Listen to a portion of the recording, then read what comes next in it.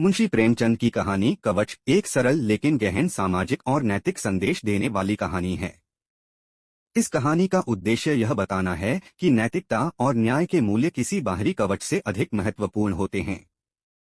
प्रेमचंद अपने समय की सामाजिक कुरीतियों और उन पर आधारित परंपरागत सोच को चुनौती देते हुए इस कहानी में मानवीय मूल्यों को सामने रखते हैं।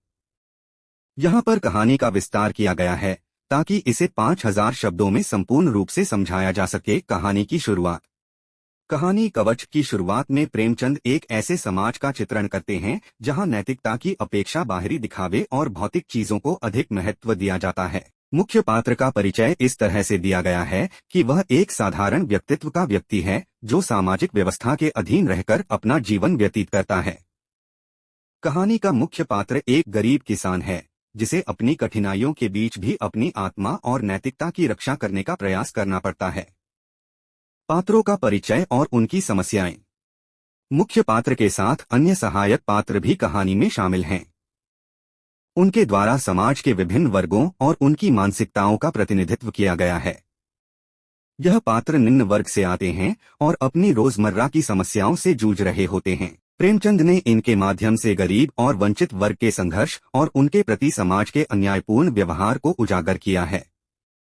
एक ओर जहां मुख्य पात्र अपने दैनिक संघर्ष में उलझा हुआ है, वहीं दूसरी ओर उसके आसपास के लोग अधिकतर अपनी स्वार्थपूर्ण इच्छाओं को पूरा करने में लगे रहते हैं।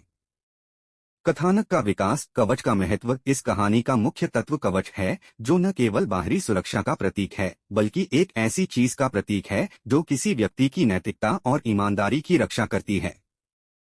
मुख्य पात्र को अपनी कठिन परिस्थितियों में भी विश्वास रहता है कि उसका ईमानदार और सच्चा स्वभाव ही उसका वास्तविक कवच है। समाज में लोग भौतिक कवच पहनते हैं जो उन्हें किसी भी खतरे से बचा सके, लेकिन प्रेमचंद के अनुसार सच्चा कवच वह होता है जो नैतिकता और ईमानदारी से बना होता है।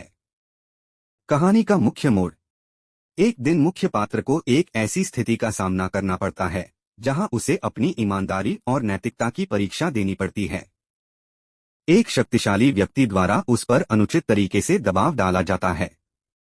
उस व्यक्ति के पास एक भौतिक कवच है जो उसके लिए शक्ति और अधिकार का प्रतीक है, लेकिन नैतिक रूप से वह कमजोर है।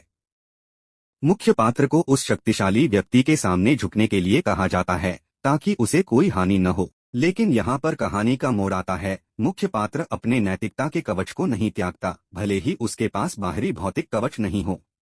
वह समाज की कुरीतियों और ताकतवर लोगों के अन्यायपूर्ण व्यवहार के विरुद्ध खड़ा हो जाता है और सत्य और न्याय की राह अपनाता है। नैतिकता की जीत। कहानी का अंत इस संदेश के साथ होता है कि बाहरी कवच से अधिक महत्वपूर्ण है नैतिकता का कवच। मुख्य पात्र की ईमानदारी और आत्मसम्मान के कारण अंत में उसकी जीत होती है। वह अपनी सरलता, सच्चाई और साहस के कारण समाज में सम्मान प्राप्त करता है। प्रेमचंद ने कहानी के इस मोड़ में यह संदेश देने का प्रयास किया है कि इंसान का असली कवच उसकी नैतिकता और ईमानदारी होती है जो उसे बाहरी खतरों से कहीं अधिक सुरक्षा प्रदान करती है। अगर आपको यह वीडियो पसंद आया हो तो इसे लाइक और शेयर करें और ऐसे और वीडियोस के लिए मेरे चैनल को सब्सक्राइब जरूर करें।